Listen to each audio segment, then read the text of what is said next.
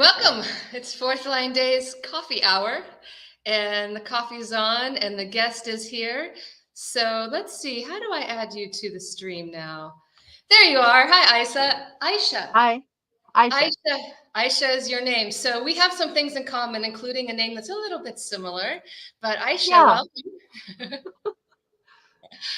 welcome. Let's see here. The coffee's on. You have your coffee? Yes, you do. my maximum size Turkish coffee. Okay, maximum size Turkish coffee. What?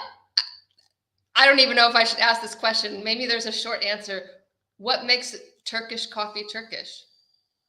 Uh, it's roast and it's Okay. graining. The way you get it to its minimum size, Ah, and okay. it's cooked directly, and it's served with the bean remains at the bottom. Oh, And you okay. can fortune tell with it. Yeah, the beans are at the bottom. Okay, so that's the opposite of like espresso where it gets forced through and there's Exactly. no okay. Okay. It's that thick at the bottom. It sits there. I love this sound. Can you hear that? The That espresso coming out of the stove. No, coffee is one of my passions. It's just, the enjoying time for me. It is I amazing. don't I don't like drinking coffee. It's not if it's not enjoying time, it has to be relaxed and comfy time. Yes, okay, I hear this about Turkish coffee. But now let me ask you, you've been a professional. You were in the corporate world. Was coffee a tool for you when you were corporate? Uh And here's well, cheers, here's Mexican organic coffee. I don't know if it's organic. It's just Turkish. Mm. In the morning, I used to drink venti, Starbucks, or you You know, drank Starbucks Venti to go to the yes, corporation. Uh-huh. yeah, Yeah, okay. in the Hmm. morning because I was waking up like 5 a.m. and sleeping like 1 a.m. So I Hmm. needed a boost. But the funny thing is, I noticed myself that uh, how much coffee I drank, it doesn't matter for me. If I am sleepy, I'm sleepy. Yeah, I think it's it's something about defined root center. oh, how so? You have a defined route? I don't remember right now. Yes, you Yeah, do. yeah, I have a defined root center because many of the defined root center people say that coffee does not give the boost to, wake them up that much. But Hmm. the undefined ones doesn't like to consume too much caffeine after some hours. They have problems sleeping, sort of thing. That's so many times I heard. I don't know if it's something, but I've heard it so many times, and I asked specifically people, Yeah. What's your relationship with coffee?"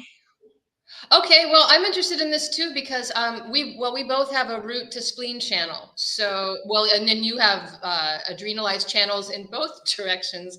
So I'm assuming there's a different relationship for people who have these root adrenalized channels and people who don't. Might Um, be, I might be. I mean, because my father had undefined root center, and my brother has undefined root center. My brother drinks only 1 cup of coffee per day.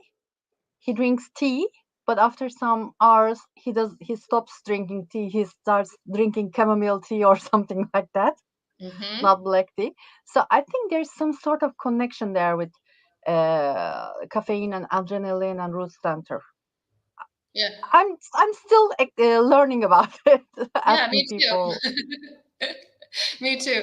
And I could talk about coffee the whole time. But I wonder sometimes, I mean, sometimes I'm just like, well, you know, my personality, Mercury, the addict. Am I just talking about my addictions because that's what my personality thinks is happening?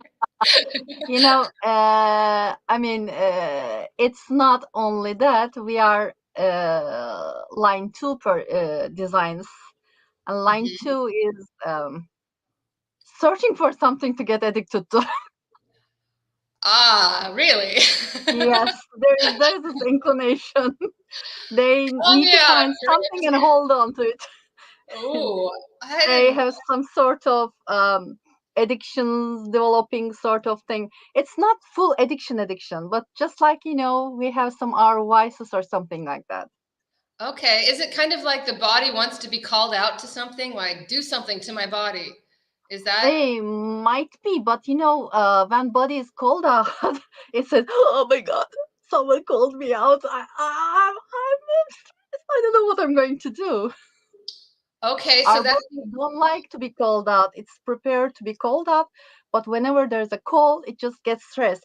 Is it the right call? Is it the correct one for me? I was just, sitting here looking at the view, and somebody is asking something from me, and I don't know what they're asking. Am I capable of giving it?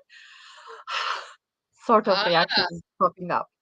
well, that's really a different. I don't know if I don't know if that's my experience in a second line body. I always think about I always when they think about the body being called out, I think about like circumstances calling it out. Like I'm on like if I'm skiing or if I'm in a some kind of outdoor situation and the body needs to do this or that thing. It's like now it's doing it. Eh, But It is that, but I mean, I'm not talking about body doing this or that. I okay, mean, it's more the not with human. your dogs or what, not with your nature. It's with human relations. Okay, Somebody is okay. coming with an expectation, and when you receive this expectation, all of a sudden your barriers go up because it's like a pH mechanism. The body, two second body is like um, what was the guy's name? Achille. You know, he's proved you Uh-huh. can't kill him, but there's this Achille tendon. If you hit it, he dies. Uh-huh. Second body is like this. If you receive the right call, your body is bulletproof. But if you're responding something that's not right for you, the filter is open and everything gets in. Yeah, okay. That's Yeah. what the call is about, technically. Okay. Well, I'm gonna go deeper with that sometime, but I don't want to right I now. mean, second I'm gonna body leave is that very second body is very resilient. I mean, uh, it might not be like the third body, but it's very resilient mhm. unless you're responding to wrong calls. Yes, and okay, let's do you want to talk about responding to wrong calls in the dream rave? Because Exactly. Both of our projectors, in DreamRave and well, manifester. Okay. no, I'm Mm, just yeah, the commonalities okay. between us are adding up. I'm Yeah. understanding like Yeah. mhm. So manifester turning into a projector is like 1.7%, something like that, in all over the world in Okay. dreams. Most turns to reflectors. Okay. And for manifesting generator to turn like 5.6 or 5 something. So Uh-huh. it's not so huge scene. And the problem with the projector in DreamRave, uh, we are the propaganda machines. We become inclined to be homogenized. Mm-hmm. We become the propaganda person of the not self world of the dream world. And we start searching for success, for recognition. And when we were going through the DreamRave certification process, I remember our teacher telling us about, projectors in the DreamRave in awake state search for success. And I was like, oh my God, my the open ego center with all those pressures they had and etc. Because in my family, I was in such a state that all of my not self mechanism were being pumped up with the not self or the self, the Could dynamic you group. repeat that for a second? You said you are not self mechanism. The open head, undefined ajna, and the open ego centers. Basically, those are my m- major not self mechanism triggers. And Mm-hmm. considering that I grew up with head ajna defined, father, ego heart center defined mother, solar plexus undefined people, my being emotionally defined but unconscious totally have no idea about my emotionality, being pumped continuously with others. With Yeah. they rise the frequency. So it was just like this. And also my when we go to that slide, we're going to talk about it as well. My mother's motivational view takes me to transference and vice versa. Mm-hmm. And so it's like, jungle of problems while growing up. And Yeah. considering this, that I was a projector in DreamRave, it was like light bulbs just boom, boom, boom, boom, Oh, I Okay. did this. I did this to be successful. It was because of that, because of this, and that. The story started to line on top of each other. And it was such a huge awakening moment for me because when we don't know about the dream rave, we are totally in its hands because DreamRave program is something like, we see in the US movies that the soldiers are brainwashed to do something. Yes. Mm-hmm. DreamRave is this. We are brainwashed to be someone else, someone not existing. Okay, you use the term brainwashed. I want to take it out of that a little bit because when you think about brain, I mean, I don't know, I tend to think about, the head and ajna centers, okay? But in our dream rave here, we're looking at the diagram. Oh, I guess I don't have a pointer. There is no mind in the dream rave. So Exactly. there's this Exactly. five-centered, and for people that haven't heard this at all, no dream rave at all, what we're looking at is we're looking at my chart and Aisha's chart, but when we're asleep, we're not nine-centered beings anymore. We're five-centered. And what's happening, correct me if I'm wrong, please, but what's happening during the night is a whole different matrix is there, Program. a whole Yeah, different configuration, and it's receiving neutrino feed, but from different places, different neutrino feeds. And then what's happening exactly. during the night is that what we remember in the morning of our dream is not necessarily a movie of what actually happened, because what happened during the night involves like our body going through some chemistry that is set up by this five-centered being, and Uh-huh. but that's not human chemistry because humans are nine-centered. This Our is dream wave is mammal human. chemistry. This is mammal chemistry. Both of Right, us have dogs. mammal. So when we This wake is up, this is we get this dog mammal. chemistry. Go ahead. This is dog's chemistry. Exactly. Okay, I think about this all the time, so let's go into it. So, do you want to talk about dogs being different types? But I want to be clear for people that haven't heard this before. The mammal chemistry that's happening during the night gets transferred upon waking into the nine-centered being, and Uh-huh. it's not necessarily a clean translation of what happened in No. the dream, but it's what our waking self can make sense of that chemistry. Oh, I was, for example, here's an example. I know I don't. Not exactly like this. Oh, yeah, okay. Okay, Tell me you about you have there's this reds and blacks. Blacks directly transfers. Red stays a bit behind. that. Okay. It affects, but not like the persona. Persona is the black ones. Black ones directly. Okay, let me say it like this. For example, you got 20th gate in dream, and 20th gate is connected to third gate, 24th gate, and 23rd gate with the amino acid because they're in the same amino acid groups. So what happens when you wake? Boom, boom, boom. The 20th gate program, which is light field, which means it is personality crystal bundle programming that's trying to take you away from your body. Let's get back to the source. What are we doing? Let's help people. Let's heal people.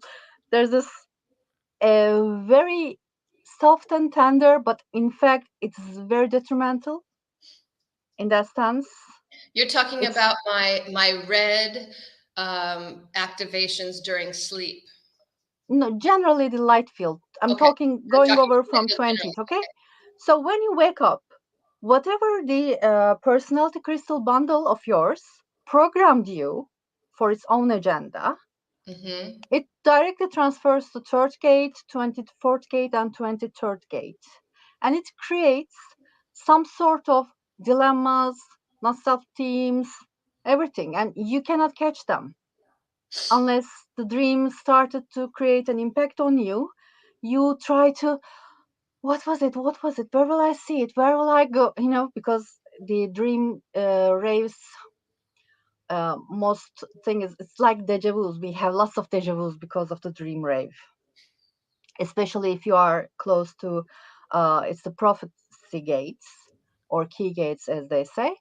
So what happens is 20th gate is sight. It's about someone is giving you something that's set in a set, like you're receiving a car, or a key or something, and then when you wake up, you start to try to find the connection.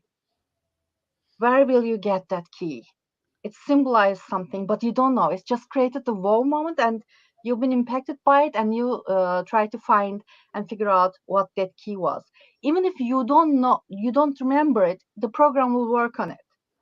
And uh, it is second line black, which means uh, second line black is, it's some of the ones that I love most.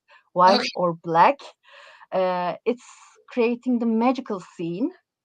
You're trying to find the magic in life.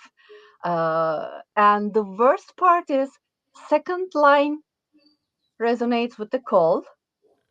So what does it do? I remember that you were talking about this, if I'm starting something from mind or my splenic reaction, what happens is you just jump to respond to a call.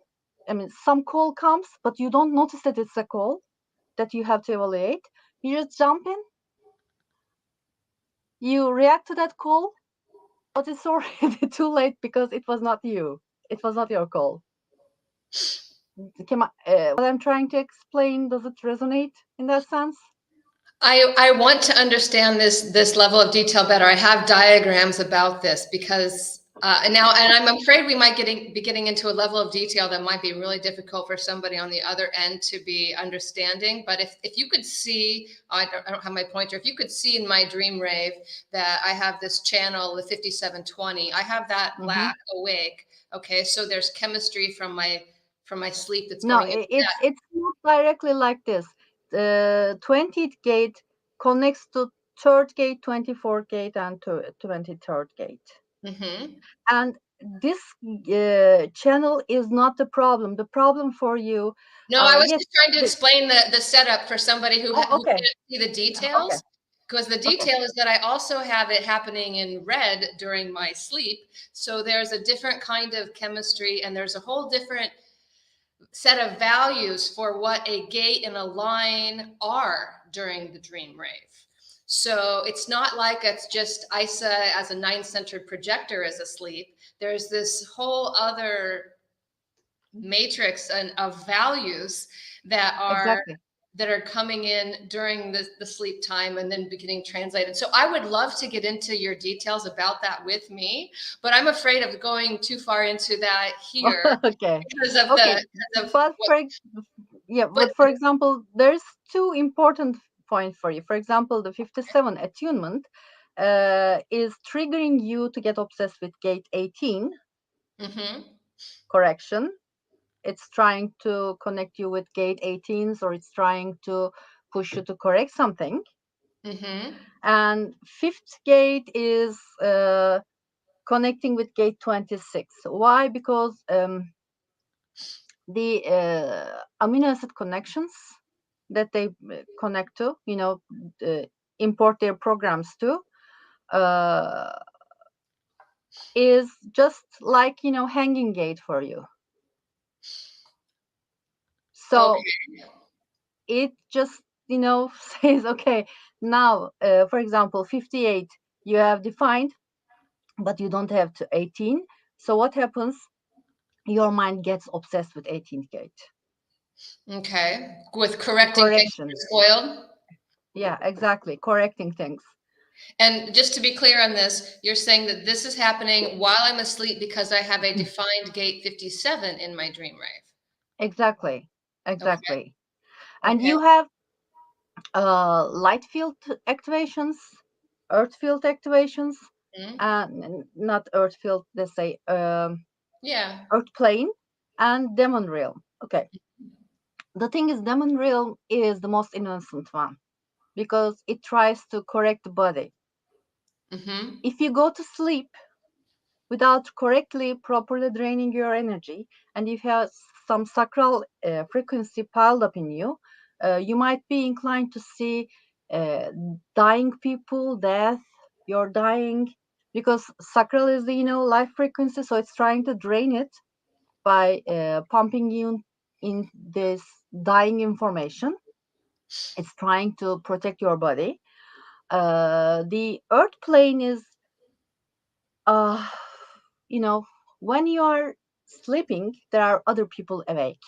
Yeah. Okay. Earth So, plane, Aisha, I don't want to go so deep into these details because I know that just shared auditorily, what you're going into is too much for for what we have okay, here. okay, Okay. you know, But eh, just to say that there's to summarize it in the way that I can, there is so much happening while we're asleep that is exactly, contributing to the chemistry of what is happening while we're awake. And if you don't know about it, you don't know about it, and you are being controlled by it.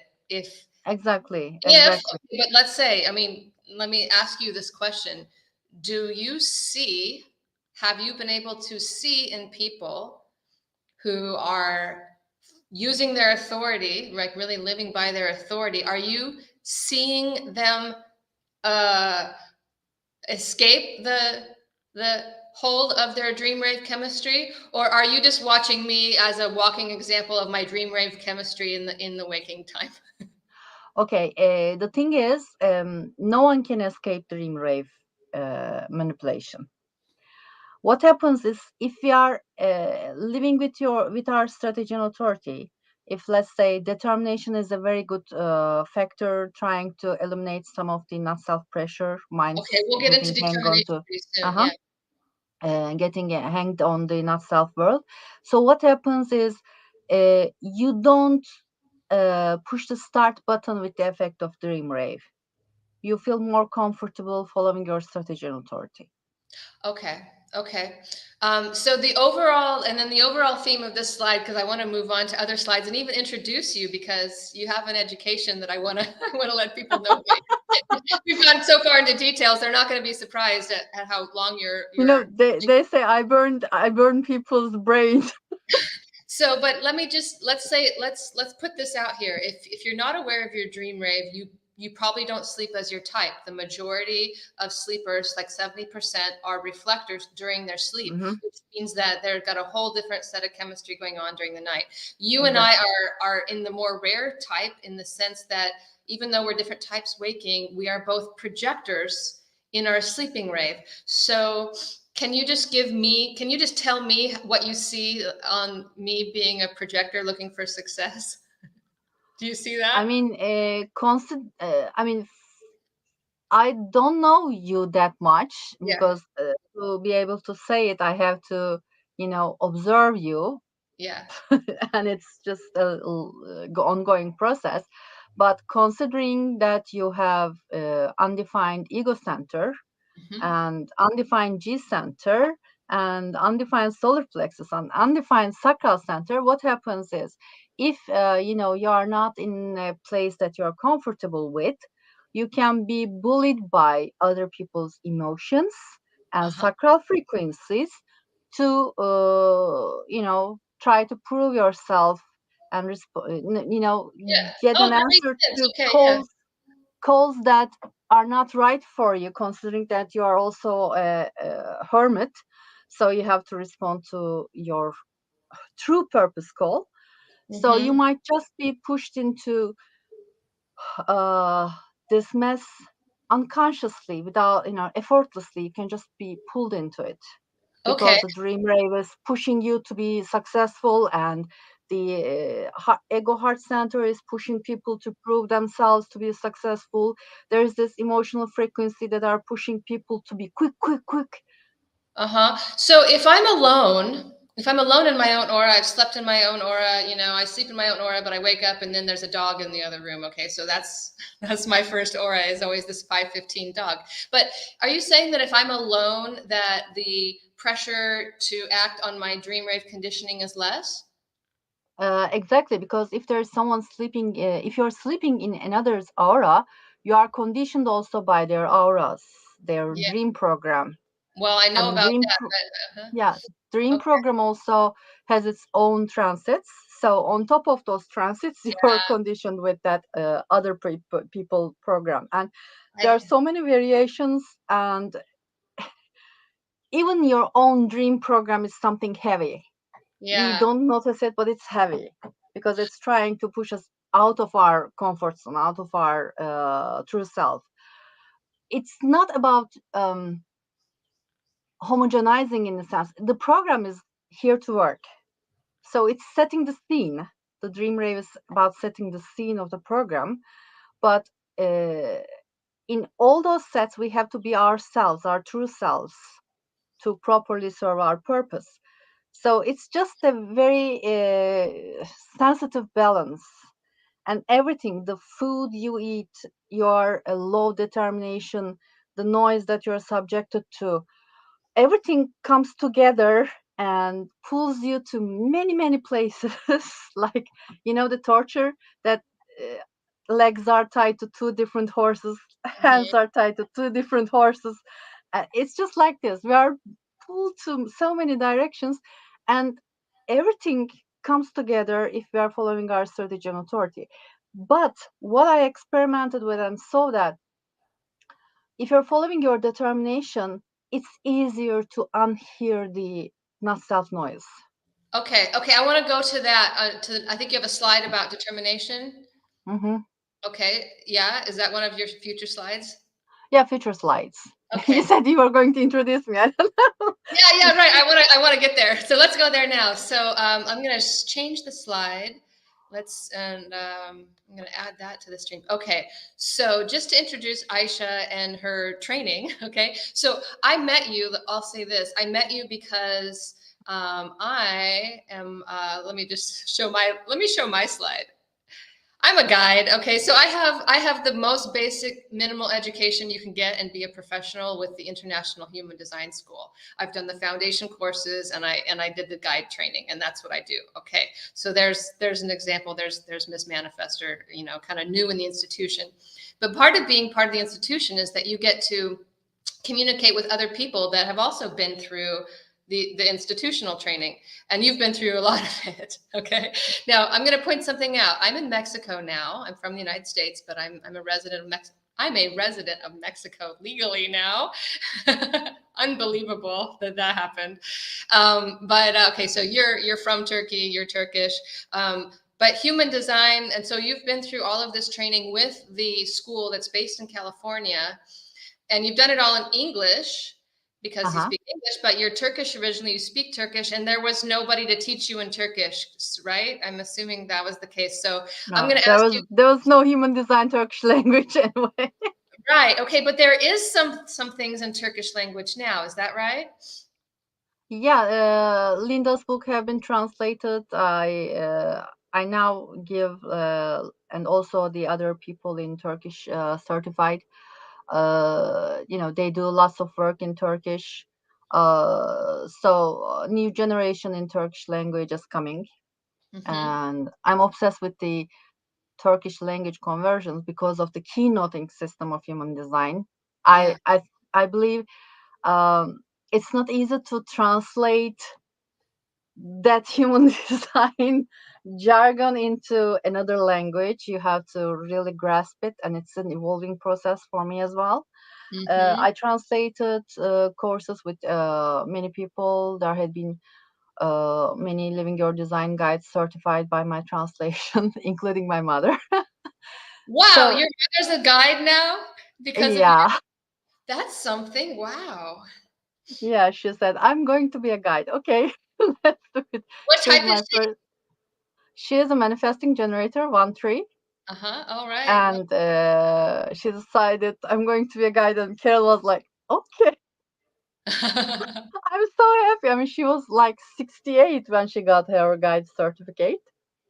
Wow, that is really cool Yeah. to hear. I was just talking to a projector a few days ago who's mental projector, and he's like 69, and he's in a living your design course right now. And I was like, wow, you know, like, yeah, So it's, I mean, I like it. I mean, yeah. people continuing to learn, especially with human design. I mean, I got introduced to human design like when I was 38 or something.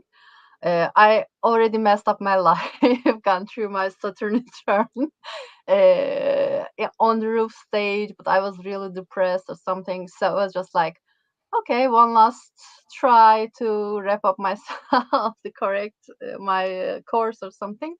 And then I was like, oh my God, how can this thing tell me so many things about this? And it just went from there. I was like, you know, finding water in a desert sort of situation. Hmm. Everything in my life, I found the answer in human design knowledge. So it was just the closure for me for many topics. Hmm. And that's the result. Those certificates are a result of this process. Yeah, a lot of certificates, but somebody's got to start there. And I was thinking about, I think about this institution a lot. Like, I'm glad the institution exists, and I appreciate standards. I think maybe us 6-2s are like into like standards and so forth. But I was thinking, what really distinguishes it?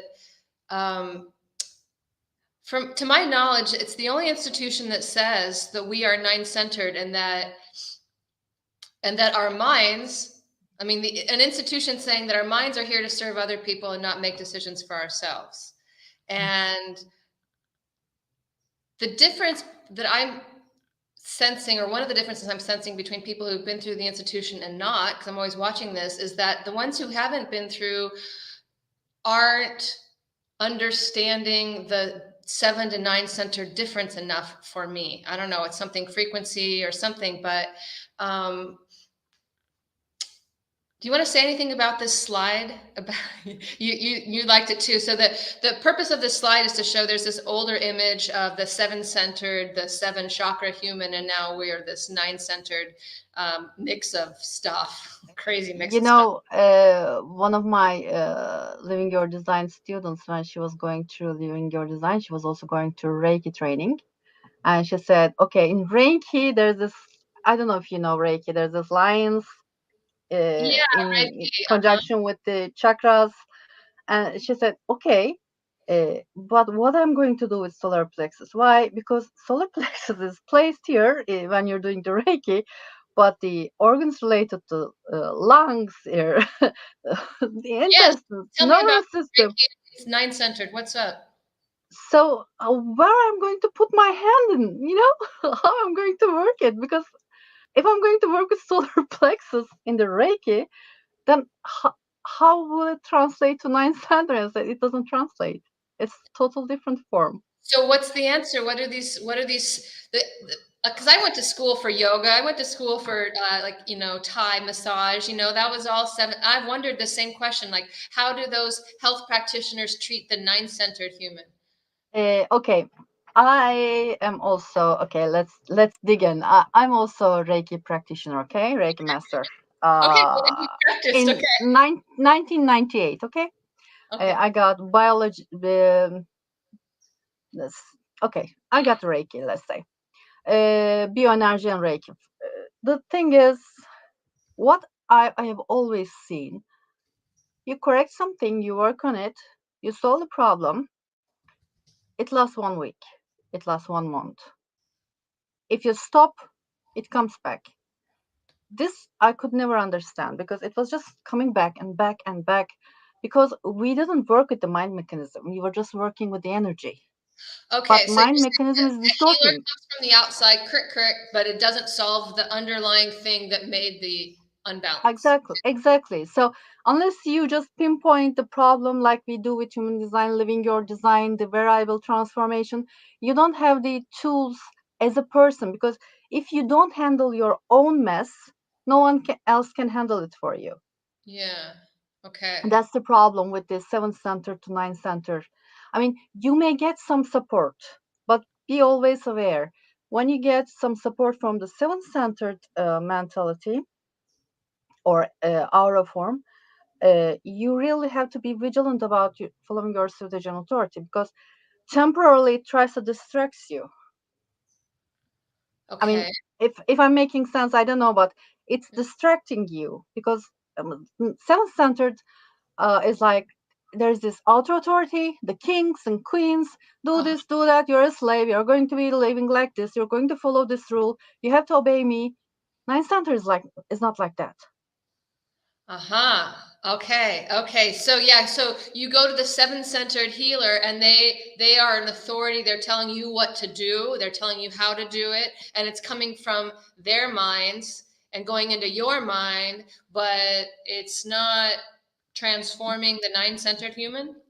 Exactly, because it is not about your uniqueness. It's a bit Uh-huh. homogenized It's version. I mean, homogenizing. Hmm. exactly. I mean, I'm sure that you also heard it, but many of the human design professionals, the ones who are really following their strategy and authority, don't have too much health problems, etc. You know, healthier in a sense. Hmm. Their mind is clearer. Yes, we have problems. Life is full of problems. It's just part of our process. It's it's made easier. It's not totally problem free, because we Hmm. are here to learn, and we learn through our experiences. So you have to dive into some problem, but we Hmm. have to dive into them according to our correctness, not other people's correctness, not other people's path. I'm not here to walk your path, or you're not here to walk my path. So I believe that is the major difference there. The seven, if you think about the seven centered beings, we're talking about the eras of the slaves, Hmm. serfs, wars, religion wars, the kings and queens. For example, in many countries where they were kings, you couldn't hunt. Even if you were dying of hunger, you couldn't hunt. It wasn't allowed. It was the property of the king. Hmm. You would be killed. Here it says it's your own authority. You don't have to obey it. Of course, when you're following your strategy and authority, you form your own rules, your own set of laws, and they are generally ethical from my perspective, because you're preparing your own set of area where you can maneuver, but you're also mm, respecting the other people's space. Hmm. You're not trying to push them to be something else. It's their choice. You Hmm. share, you reflect, that's it. It's Hmm. their lives. Yes. Okay. Yeah, you can't change the other from your own mind. That's what seven-centered healing is.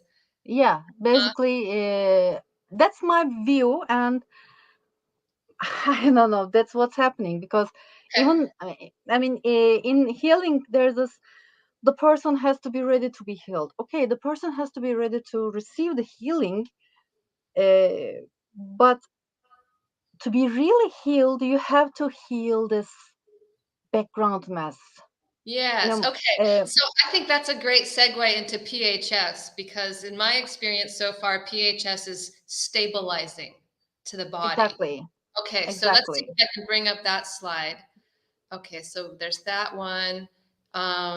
Which one should I use for PHS? This The one? last one probably, Yeah. or if you want to talk about your PHS as well, it might be yours as well. The one, yes, this one, for example, with me and my mom, Okay. all those transference and everything. Okay, so you want to use this one to talk about the stabilizing of PHS, or we can talk about it for me as well, because we both have low sound eating. Is that Yeah, right? I mean, we can go from there. I mean, considering that this PHS factor is the same for you. Yeah, let's look at this. So it's hard to see in the slide. I don't know if anybody else can see this, but if somebody's new to what PHS is, we're looking at the left side, the red side, and we're looking at the sun earth, and we're looking at the color below Hmm. the line of the sun earth. And for Aisha and Isa, we both happen to have color 5 and a right variable. So that makes us low sound eaters. So I'll just tell you how I got into my PHS. Like I heard about it one year. Like I even paid somebody, but not a certified PHS person. And I was like, okay, I'll eat in quiet, but whatever. And then like a year later, some other things that happened. I listened to my variable lecture from Jovian Archive. I bought that. And then I was living on my own. I happened to be in a rooftop apartment, and something just said, okay, that's it. That's what I'm going to do. I'm just going to do that. And basically, it changed my life in the sense of I could no longer eat in public because Exactly. it's not quiet in public, especially in Mexico. So suddenly, Nowhere. I mean, nowhere. yeah, basically, right? So it really changed my lifestyle. I can say that. Okay. Now that was 4 years ago. In October, it'll be 4 years since that's happened. And I'll just say that within weeks, within days of the low sound eating, I started going, oh shit, this human design thing. Oh my God, what's happening? That's when I really started going, oh geez. So would you like to talk about low sound eating, about stabilizing, anything about what my trip has been so far, or why PHS is the way it is, anything? Okay. First of all, I want to say that the correct birth time is very important. Yes, a good point, because a lot of people say, "Oh, that's not," and I'm like, "Well, it could be 5 minutes or 1 minute off." Okay, Yeah, there. I mean, for 1 minute difference, my cognition changed from meditation to, the inner eye to feeling. And I mean, human design is the first place that told me why I was watching opera with my eyes closed. Okay, okay. You were watching Oprah, the TV show, the No, no, talk show. no, the opera, physical opera. I was going to paying the price, going Oh, to the opera, and I opera. was just, Okay, the musical opera, and you were yeah, closing your eyes. Okay. yeah, I was just closing my eyes, and people were, You're sleeping." "No, I'm not sleeping. I'm watching." "But your eyes are closed." "Yeah, but I'm watching." Because for closed, And you, when the cognition is the inner eye, you get the sense, the feelings, and everything incoming. You have to not focus on it. You have to block it. uh-huh. Okay. So what you're talking about now, for somebody who doesn't know, cognition is a deeper level on the body side here. So we're talking now about the triangle that is Tone below level. the red sun earth. So this is the body's unique knowing. Is that It's taking in everything. You know, it's taking in everything in a unique way and decide using it to decide if it's good for me or not. Like, for example, yours is touch. So when you touch something, your body is getting a sense through your touching, the nerves and yeah, fingertips, etc., and saying, okay, now the food is coming. Okay, this fabric is not good for me. There's something chemically wrong here. This food, there's this problem touching with this my material. touching this is bad for me. Yeah, if you're low sound, these things are not good for us because their frequency, 4Gs and everything, is just.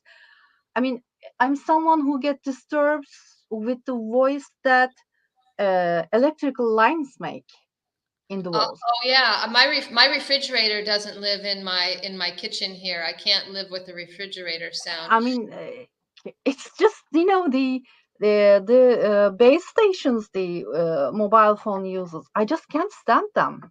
Yeah.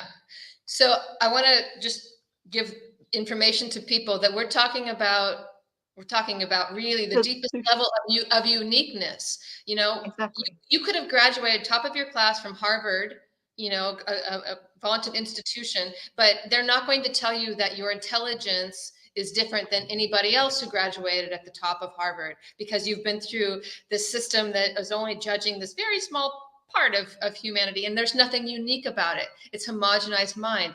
What we're talking about with cognition is the deepest level of our unique exactly. taking in And of Maya. not only that, it is um, the um, process that filters that understand, that reads the neutrino filtering. Mm-hmm. So it tells us so many things. It tells us where our geometrical path is, where our destination is. if this person is correct or not. If your cognition is smell, a person's smells very volatile. I mean, for one person it might smell very nice, for another it doesn't smell nice. Why? And there's Because nothing objectively good or bad about that. What it's about is exactly, that nine-centered human has a unique way of knowing what is good for it. Just it, exactly, not necessarily your partner, your child, your dog, or anything. What is correct for you if your smell cognition is going to be told to you by your smell? exactly. I mean, you sniff it and you say, okay, this is good for me. Let me eat it. Let me drink it. It's totally different than inner vision. It's totally different than touch.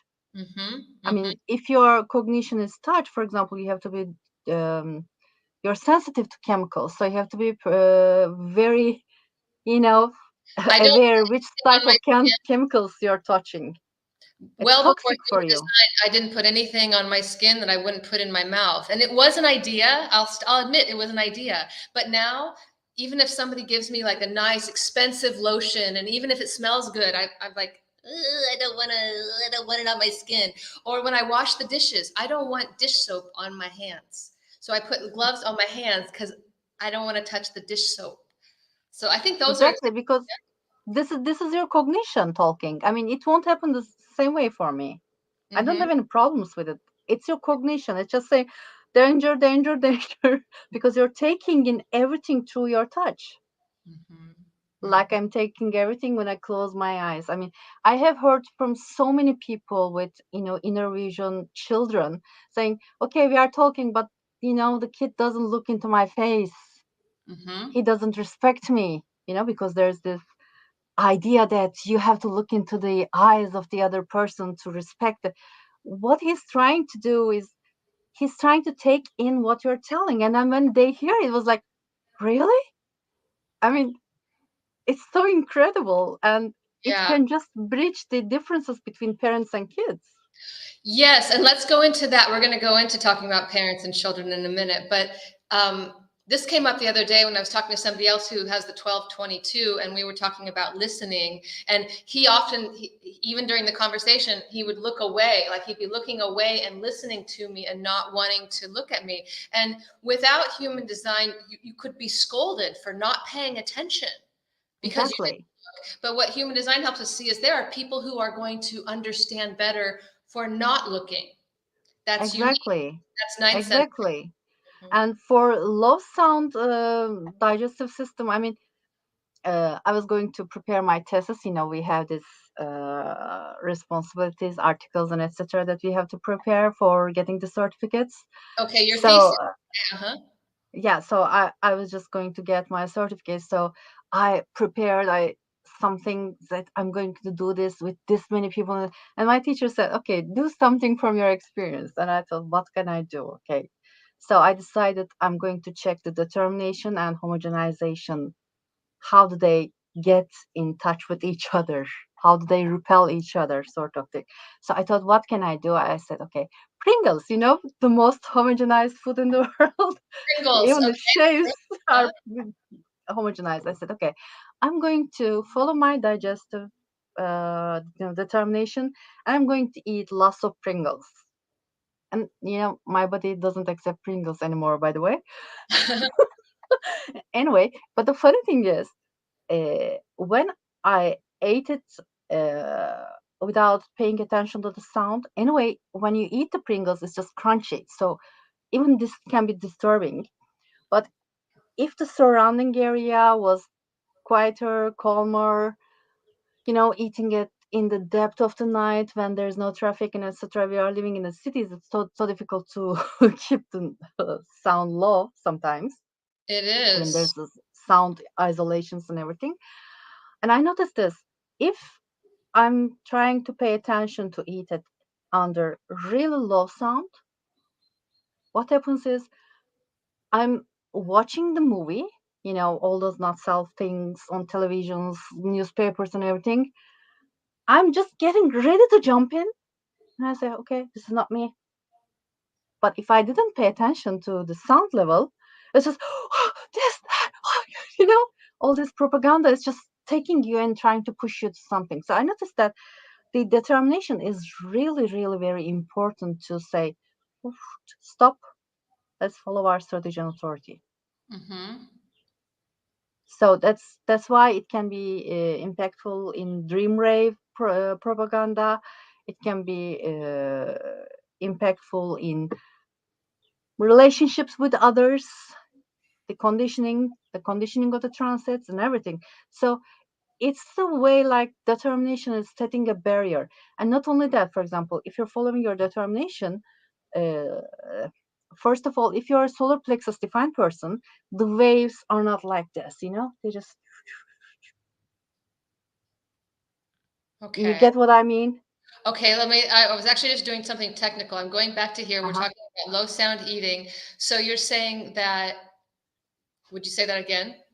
Okay, when you're following your determination, especially if Determination. you're, Mhm. yeah, if especially if you're a solar plexus defined person, instead of living the way like this, or like this, you start to see that the ups and downs are very close. They are calmer. The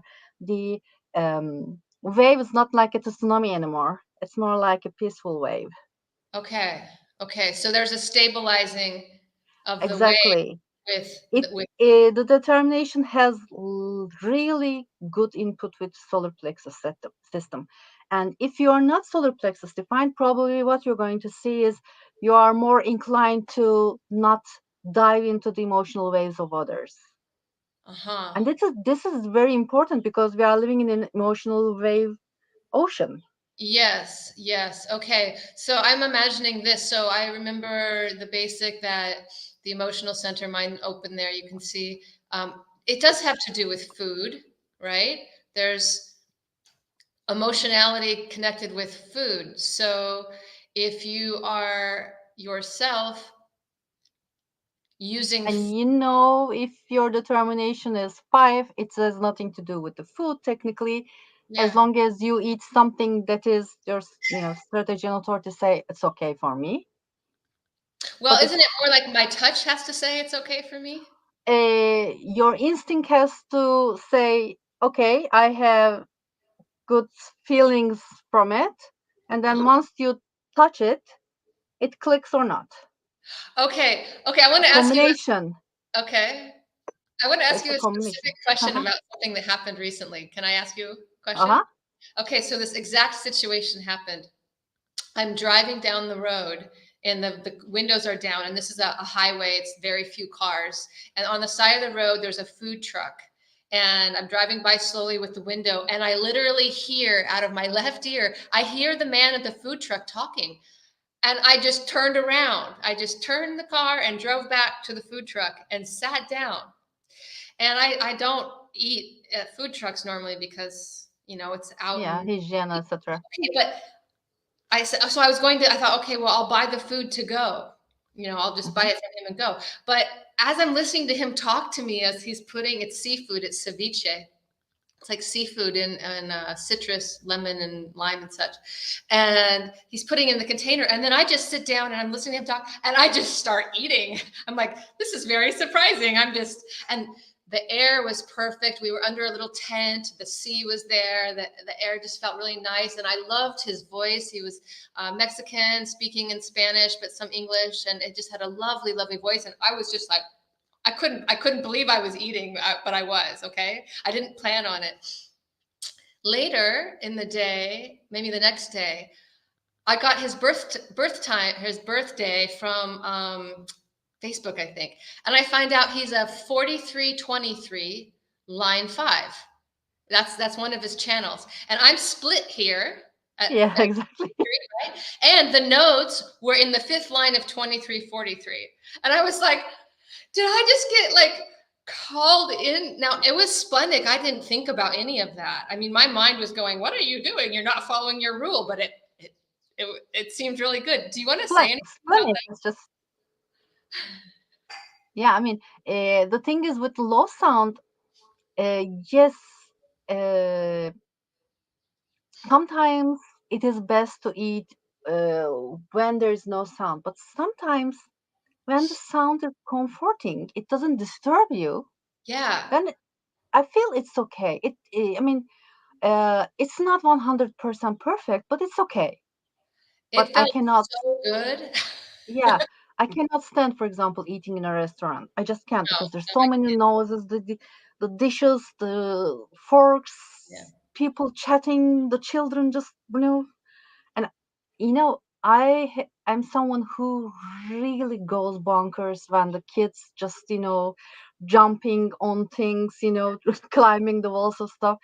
But I understand it because if their determination is nervous, they have to move to Yeah. digest.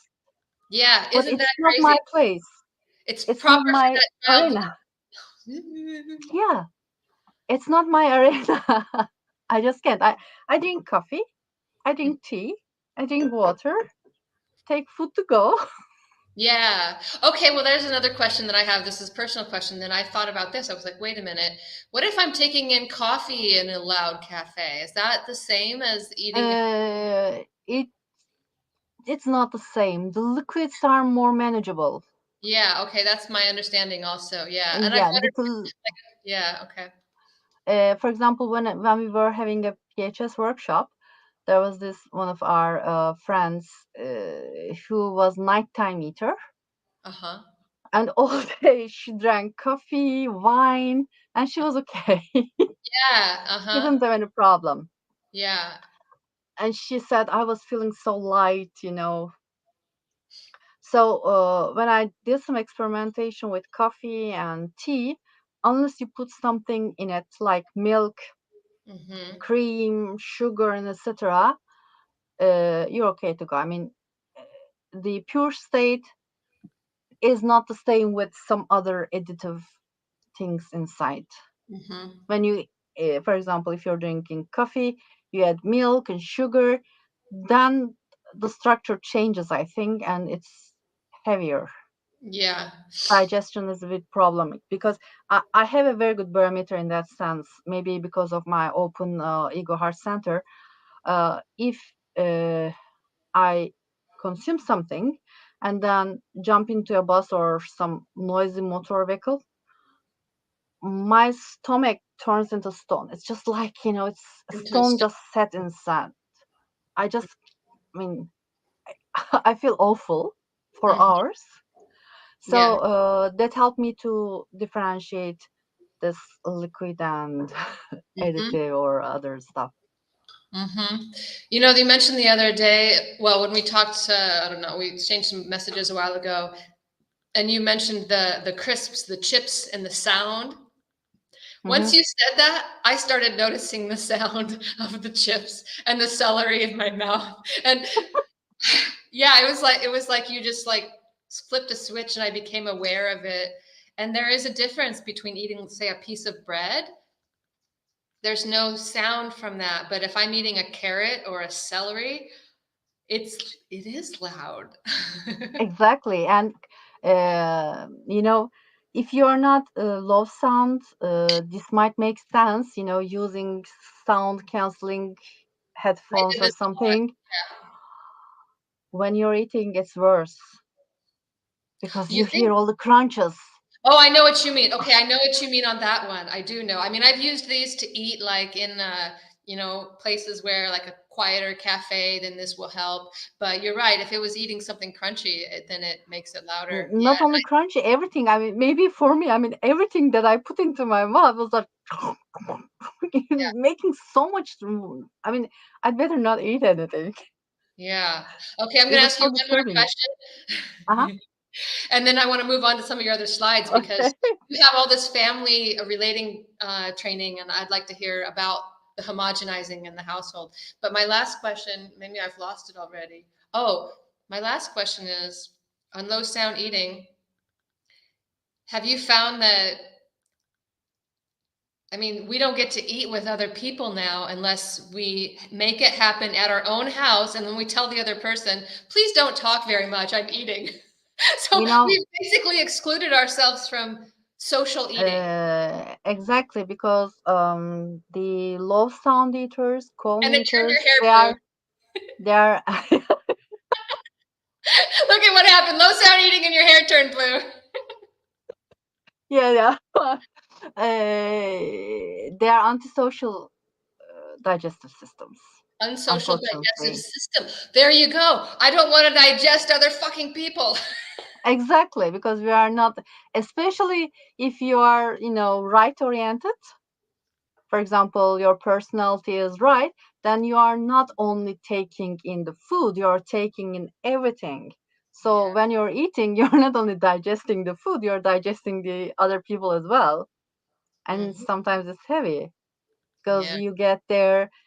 I mean, maybe it's my experience with open head or something, but if people are just buzzing with all those nervous mind frequency, it affects my digestion. It's Yeah, just so that funny. makes I sense. mean, Oh, well, I mean, I think I feel sacral frequency all over. I mean, the difference between being in an American grocery store with the frustrated sacral vibe and then being in a Mexican grocery store where everybody's like, yeah, stuff's happening and oh yeah, we take it in, our open centers. yes, Okay, I'm gonna see. Let's see. I'm practicing with things like banners and stuff. So you have some other slides, and I'm gonna let you decide. Do you know which one you want to do? There's this one, this one, this one, this one. I mean, we can go from that. I You want to mean, start here? my family, me and Yeah. my mom.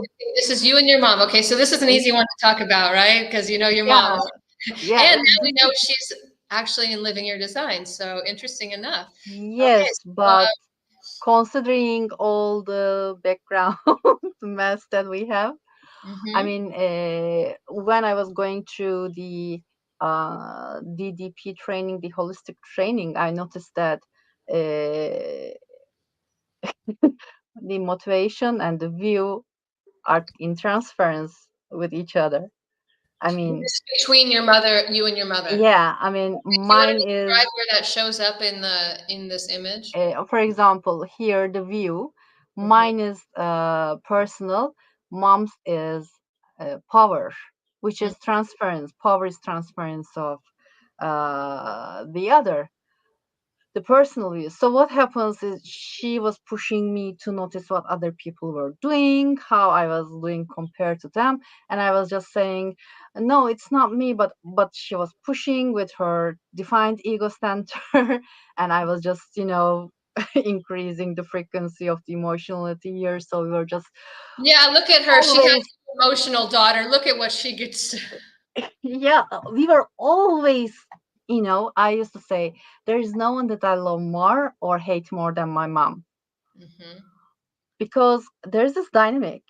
Whatever she believes to be correct for her, she tries to implement to me, and whatever she tries to implement is not correct for me, and it's also correct for vice versa. I mean, if I'm trying to, okay, don't look at other people, don't try to keep the score and something, I'm trying to convert her to my own view, and Exactly, it's exactly. the wrong window for her.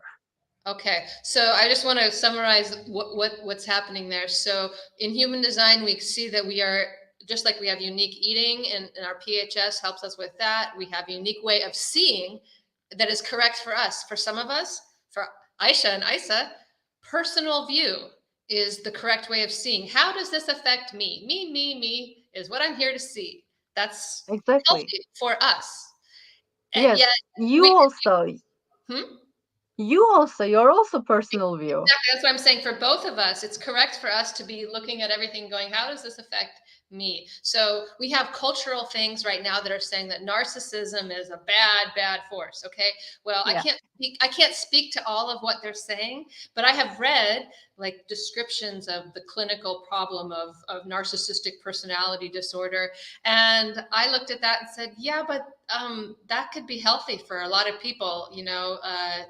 Could have characteristics that are set up that way, and also like it's healthy for some people. Okay, so what you're describing is that as you were growing up, your mother, it's healthy for her to be looking at the other side, which is the transference view, which is the power view, which is looking at who's on top, who's not on top, winners and losers. And so as you two are growing up, she's training you to look at things one way, and you're maybe trying to look at it another way, or maybe you are just being homogenized and being told you're supposed to be looking at that. And And you had considering that I'm a projector in dream world, I'm okay. here to be homogenized in that sense, because Great. dream world projector is here to be homogenized, Hmm. because we are the propaganda follower. So it was so easy for me to, move from my own view to her view, Uh, uh-huh. because also my system is not here to be controlled. I don't have 21 gate, 21st gate. Sorry, I may be controlled, let's say, and everyone in my family has 21st gate. Okay. So they are not to be controlled. So everyone was trying to control me, how I Uh-huh. was Okay, doing there's another things. level of family homogenizing, all those 21s trying to, yep. Hmm. Control, because they cannot control each other. Whenever they try to control the others, say, leave me alone. I don't want to do what you say. And so poor me, everyone was coming to control me. Hmm. And they're all whacked out on your emotional wave. Exactly, an unconscious emotional way. I was just Yeah, you're shouting at unconscious. people, and they were saying, "You're showing too much emotion." I was like, "Me emotional? Are you joking?" And this totally open emotional center, undefined emotional centers. You know, the stories that I can tell, yeah, it's just incredible, and all Do you those things. do you want to tell a particular story about your mother and you in either view or motivation? Okay, another thing, for example, um, her cognition is outer vision, mine is inner vision. Hmm. Outer vision wants some, perfect harmony in the place where they are. Everything should look beauty, tidy, and the inner version, so inner vision doesn't care about it. The place I see is comfortable. It's okay. Okay, we have our own categorizing system in our mind. The things can pile on top of each other. It doesn't matter. It's categorized here. So what she was doing when I was working, she was just getting into my place, organizing things the way Uh-huh. she looks good. For her it looks good, tidy, and etc. And I was just coming and oh my god, because now everything that was categorized here, it's gone. I lost all the, you know, Hmm. program spaces and etc. And I was very stressed at work. So what I was doing with my tribal frequency, emotional frequency, I was just getting to her and starting to shout, especially when it was just, about to blow up.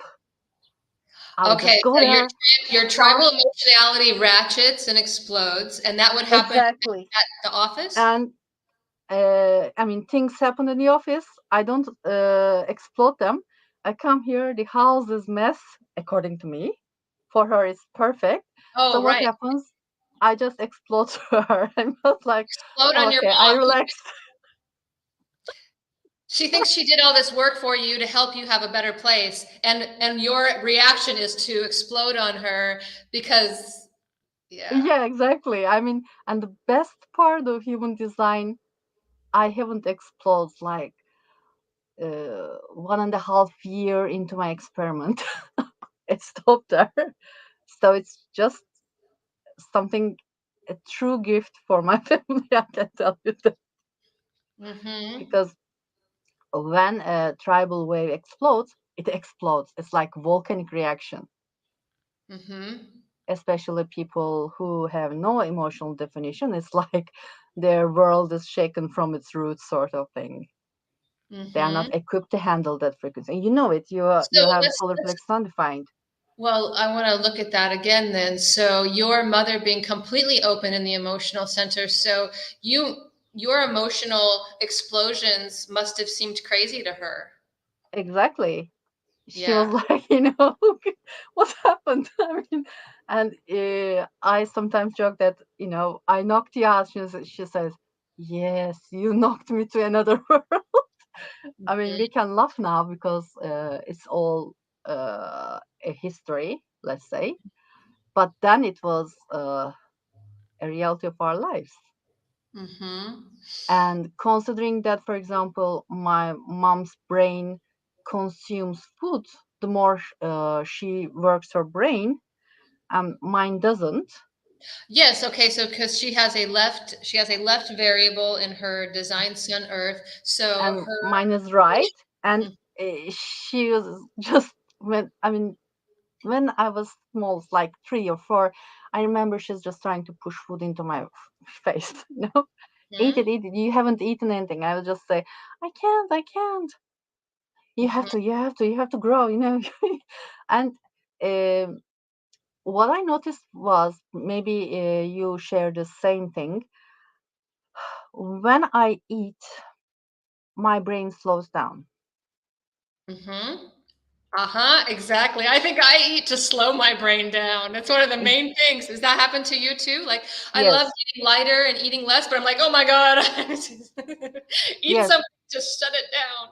Uh-huh. And considering that we right my brains are not here to consume lots of food Mm-hmm. because we have maybe tiny, tiny stuff that we need from tiny, tiny foods and something like that. I think it's really a dilemma for many people. You have to eat 5 times a day. You have to eat this. You have to eat that. Food, According to whom? yeah. Were you the last person at the table when your family sat down to eat? Were you always Exactly. after they'd already left? Oh, me, all my whole Exactly. And you know what? They always said, Ayse finishes last. yeah. Eat faster, eat faster. Then I started to eat faster because, you know, the machine started to break down. And they were just, you're eating too fast, you're eating too fast. Okay. But Mm-hmm. I've grown up with that propaganda, eat faster, eat faster. Yeah. Mm-hmm. This is this is too interesting. I mean, the things that we do to our kids in the name of right.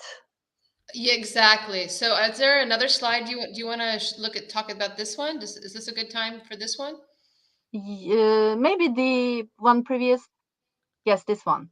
Okay, I'd This like to hear about this one, there are two siblings, okay? The two boys at the top, both generators, and mother is a projector. hmm And she's been through my Living Your Design, so she knows about strategy and authority. She knows that she has to ask her kids yes or no questions. She doesn't.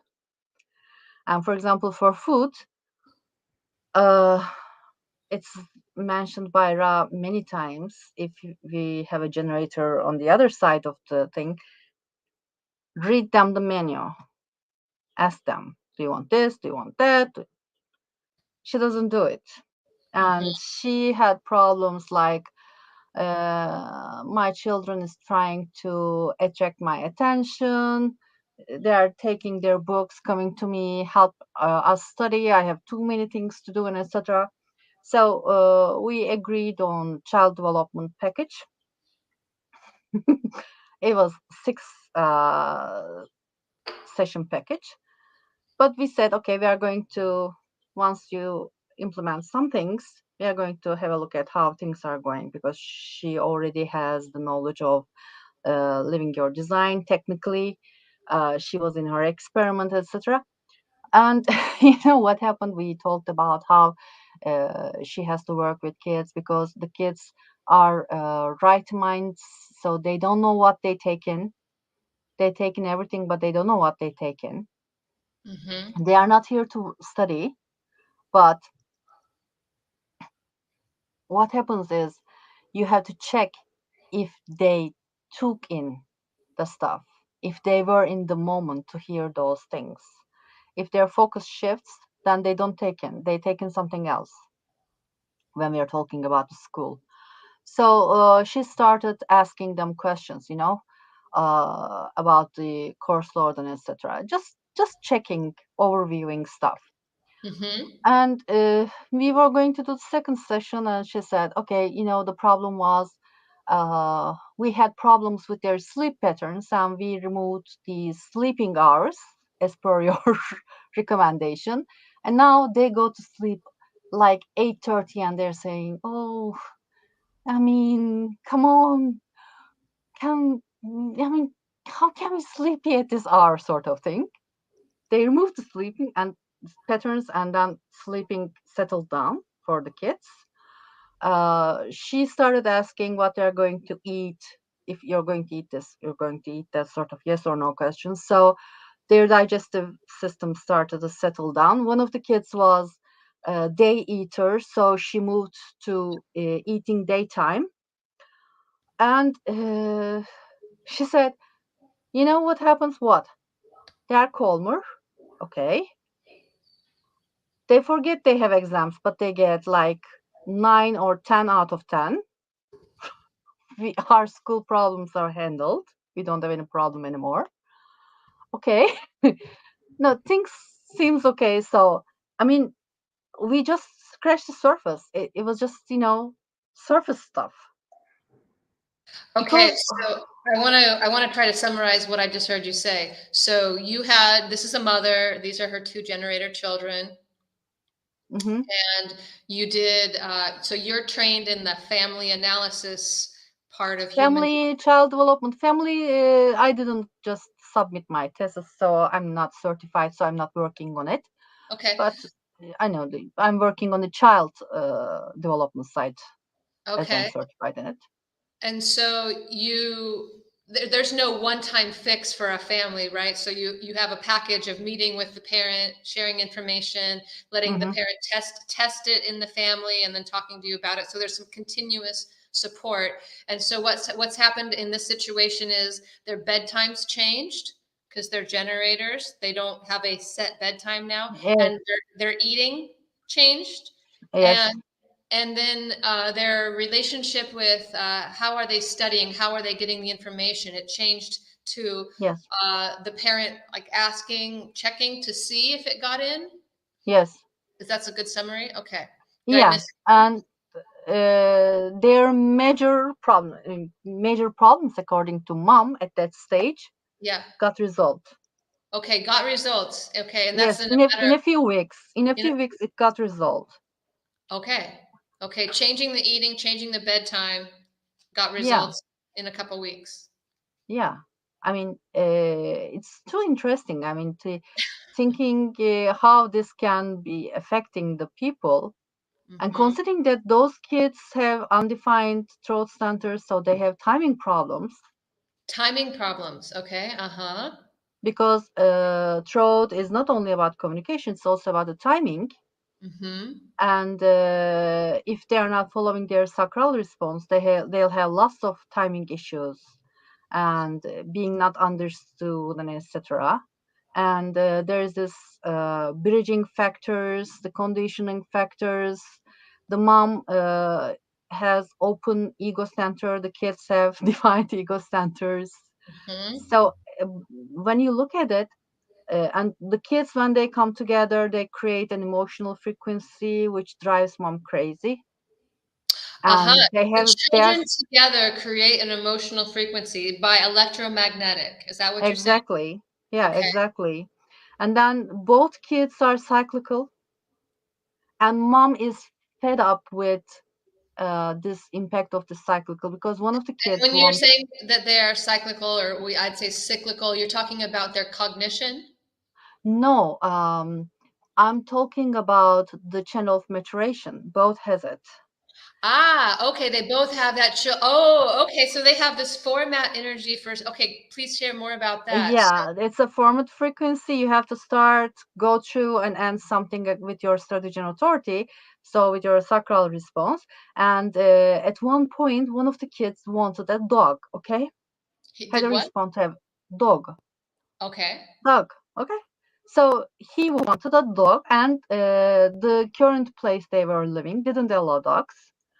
So and the place were not asked, and the kids were not asked, and whatever, it's something triggered there, okay, for the maturation channel. And Hmm. you know what happened? Every 2 years they were moving houses, and every time they were moving to houses, that the dogs were not allowed. Hmm. And mom was fed up with it. but it's the maturation channel. It brings this frequency. I mean, if you don't get into this dog getting dog, owning dog, and something frequency correctly in that sense, maybe it's going to trigger the moving frequency for the family longer and longer, because channel of maturation is a wild card. They got stuck. I mean, the people with channel of maturation get stuck. So mom has to be extra careful about, with the sacral response of the kids. There's Okay. no other way to resolve this thing, because it takes everyone into its, it's a format channel, and it Mhm. impacts everyone. Okay, so we're talking about the format channel of the children, and now we're talking about the mother. Okay, so I want to I insert. mean, that's why when we work with the children, we work on the pain points. We work on how they can manage it, how they can. It's not about only the digestion, the sleep, the studies, and everything. It's about all those transferences, type interactions, signature interactions, the channel interactions, the electromagnetics, and everything. You just look from many aspects. Why? Because the child is there to grow in that dynamics with the mother, with the father. So you have to know how they are triggered. For example, in one of the charts, I think one before, Mhm. there's You want this, this one? yeah, this one. For example, in this one, the boy is a calm determination. Mom is emotional manifesting generator. Dad is a projector, and mom and dad has nowhere to go connection. The boy and mom has nowhere to go connection, and it's like both father and son are competing with each other to get the attention of mother, Mm-hmm. because when child connects with mother, father feels not included, and the other side is also correct. So Mm-hmm. think about a child, a manifestor child, living with a not self, emotional, manifesting, pure manifesting generator mother. And she is always initiating things.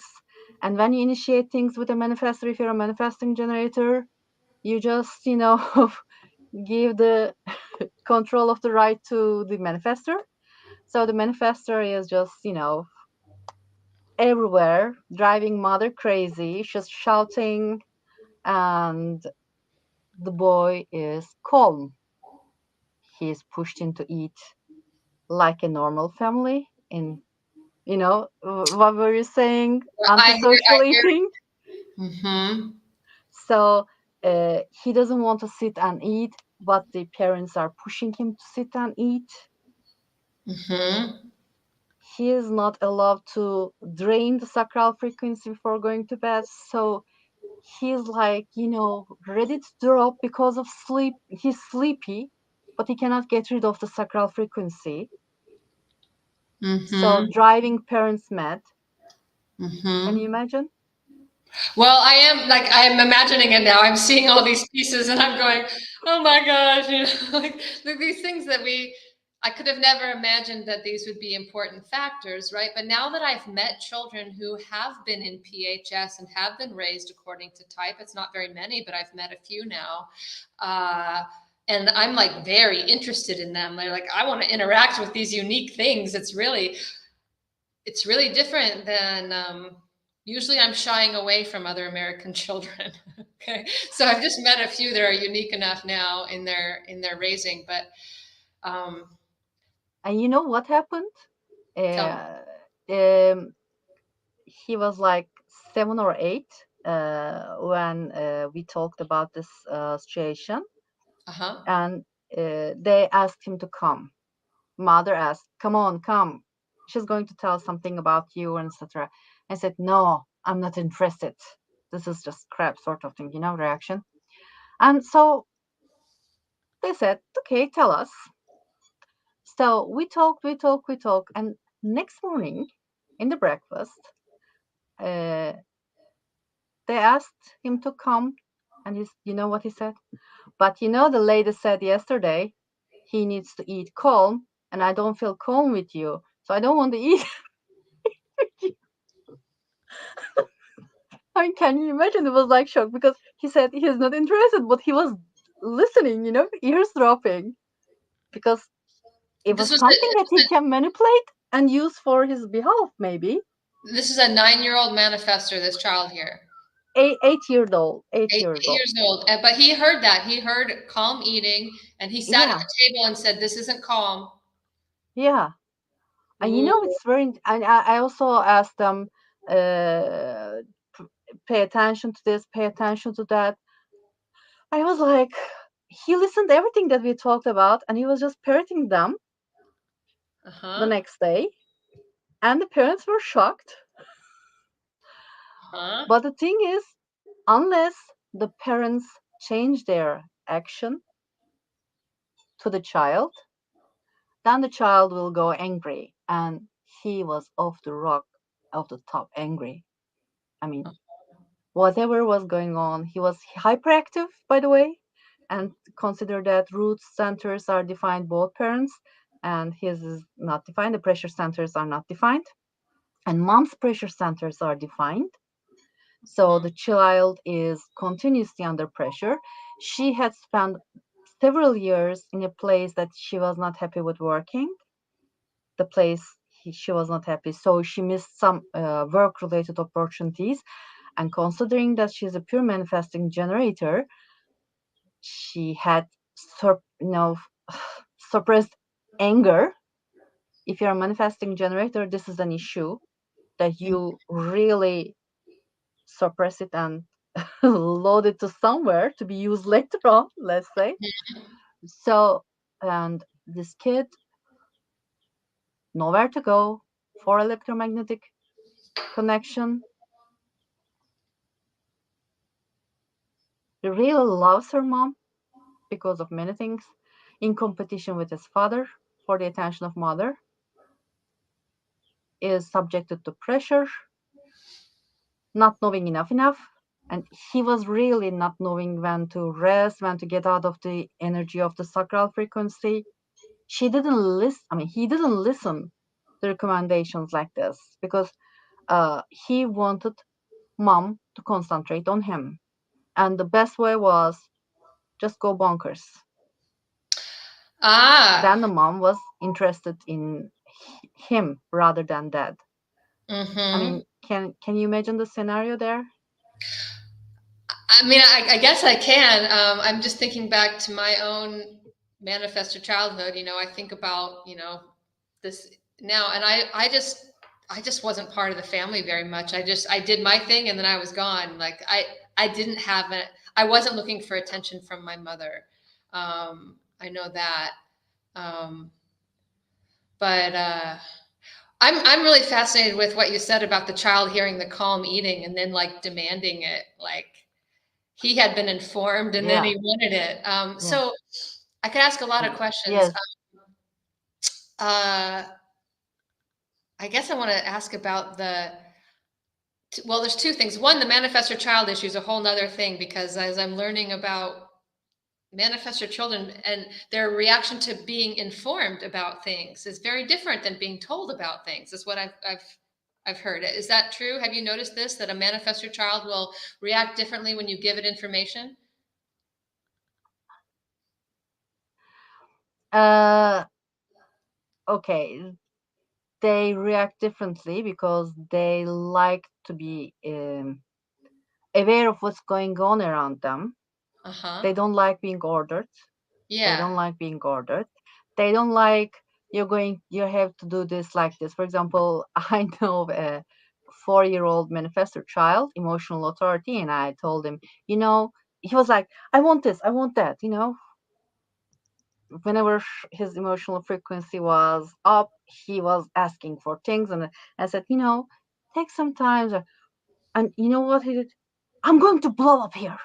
No one can tell me what to do. You're nothing. It was like this. I was shocked. So uh, even if you inform, uh, sometimes the things has to be right. I mean, maybe the way you are informing also is an issue there. For example, I'm a manifesting generator, but I'm a sacral generator frequency plus projector frequency combined manifesting generator. I'm not a pure manifesting generator, and mechanically these are different things. Mm-hmm. So what happens is he got to the place, I don't recognize you, I don't Okay. need your advice, because my projector frequency just got triggered there, because he was really off his rocker essay. He was just jumping, taking things. He took my phone, trying to throw it, etc. You just react. And so, eh, based on your own configuration and based on the configuration of the other manifestor, especially if we are talking about children, um, this is a very sensitive issue. It's not only about informing, it's informing when they want to be informed, when their aura is not closed off. Okay. Okay. So the manifestor child needs to be in a information receiving mode in order to be okay. Okay. Exactly. I I can mean, imagine you know what I mean, because with my experience with manifestors, um, when you look in, I mean, they can talk with you and etc. They can smile, but when you look into their eyes, you see that the shutters are off. They say, "Go away, leave me alone. I want to be left alone." that. And Yeah. when you get that frequency, if you push it, then it's not a nice scene. Now this makes Not in a sense. kid, not in a adult. Uh-huh. The manifestor child wanting to be alone, that makes sense to me. The when you said this child wanted the mother's attention, that was a little foreign for me to hear about. But I can imagine it. Now you and another woman that I've talked to recently, like in the past week, when the subject of parenting has come up, you've both said something like, but the most important thing is that the parent is being correct. It's okay. Exactly. So there's this idea. Okay, you could parent the type of child. You can parent a manifester from your type. Okay, that's one perspective. But the other perspective I heard from you and this other woman recently is more about you be your type, whatever type you are, parent, and then the child's type is secondary. Do you want to talk about that? Yeah, because the thing is, we live by example, okay? I mean, you're also a role model and I'm a role model, so it's not a foreign concept for us. Uh huh. And when you're trying to teach something to a child, they want to follow your example. Uh I mean, huh. if you're trying to teach a kid to read, you have to read, Mm-hmm. because they won't want to do something that you're not doing. Like my dog's veterinary once told me, your dog, if you ate dog food, they won't eat dog food. If you're eating something else, they'll want to eat something else. Because children are very pure in that sense. The way we learn when we are babies, by observing what they are doing, that's how we learn to talk. That's how we learn to walk. It's just step by step we build on top of each other.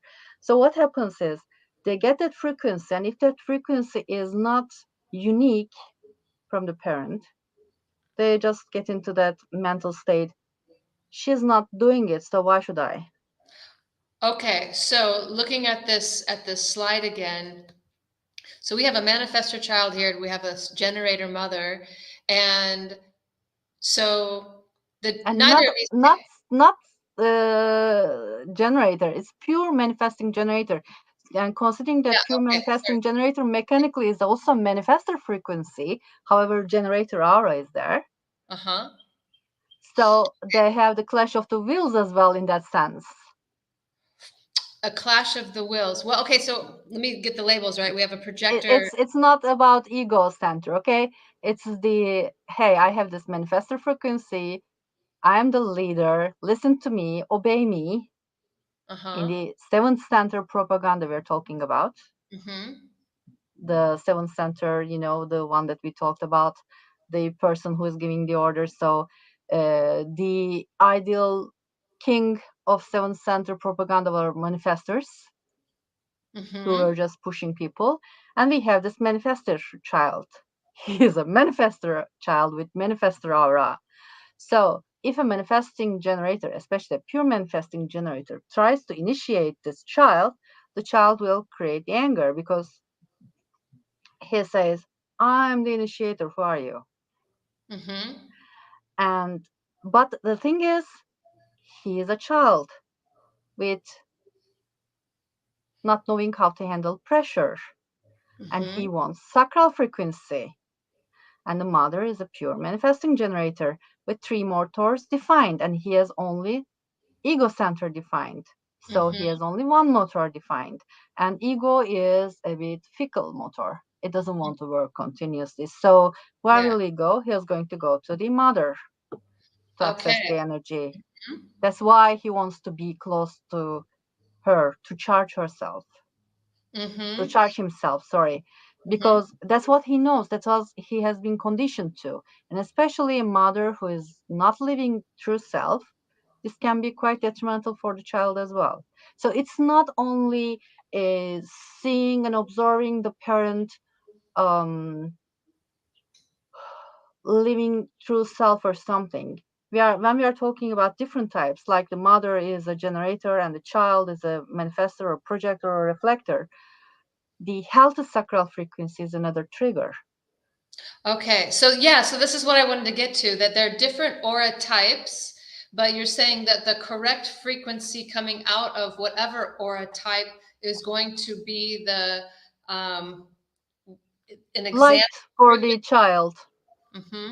is going to be light for the child. And I mean, you said yourself, the market in United States, all the frustrated energy in the market in Mexico, they are different things because you're a manifestor, you feel it, you taste it. Mm-hmm. So think about it. Like when we Yeah. have this different types and things, what happens? The child gets the, you know, I don't mean that the mother is full of rage, but if things don't go correctly, mother is inclined to feel anger, and anger in manifesting generator is rage. So what happens? The kids get the frustrated and rageful of energy inside. There's the emotional frequency inside. What happens? The child reacts. And we're talking about a calm digestive system. He Mm-hmm. needs the calm, the peace, especially if once he eats some things, he needs to calm through the digestive process. For Mm-hmm. example, myself, I see that it's not only at the moment of eating, it's a digestive process, it's a longer process. So if something similar is going on with the kid, then he's in a vacuum of toxic frequency. I don't mean the mother is toxic. It's not about that. It's the homogenized frequency is toxic for the other types, especially we are talking about the generator frequency. You Mm-hmm. know what I mean? Because you're a manifestor, you have the experience with it. Mm-hmm. Mm-hmm. So But what are he cannot say, leave me alone, because he's a kid. He needs his mother. In the developmental age, he's still connected to the mother. uh-huh. Mm-hmm. And also, the cultural factors are impactful in that sense.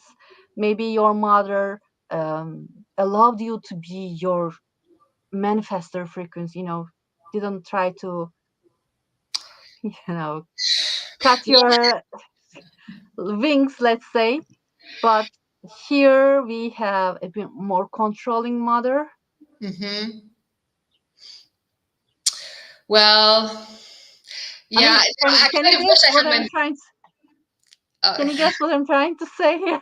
I do. I know I do. And my mind is going to my own mother's chart. She's got a 214 and a 1-8 right up the center and a defined ego. So open solar plexus. So yeah, I got MG conditioning and there was rage out of her. But she didn't try to change me, but she definitely I'm starting to understand that I was conditioned to be a super manifesting generator by, by her And it's frequencies. it's enough. It's enough on its own. I mean, if your mother was really a manifesting generator living in self, Yeah. then your frequency or conditioning would have been different. And Yeah. considering that family structures are not healthy pentas, because okay, my family has full penta. Okay, penta doesn't like gaps. We call it, Hmm. it's a technical term. Sorry, technical term. And when you're 3 to 5 people, you form a penta. And my family penta was full. Okay, Uh-huh. so when you have a full penta, it doesn't want to break. And what does it mean? So you cannot just separate to form your own family penta. Penta keeps you there because there's this all those anchors and everything is just there. It's happy, it's healthy. I mean, it's not healthy, but according to its own, I have everything I need here. I have the kids, I have the money, I have this, I have that. So how can you have other families? How can you have the continuation of the species? You have to have unhealthy family pentas. You have to have family pentas with gaps. I hear what you're saying. And for people who aren't aware, we're talking about pentachannels, which are between the G center, excuse me, the throat and the sacral center.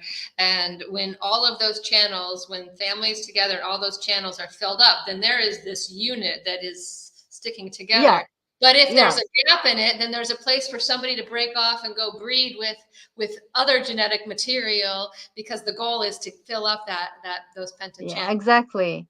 And the thing is, we are conditioned in the family penta, and we take it to our workplace, we take it to our next family, and this is just, genetic material full of mess.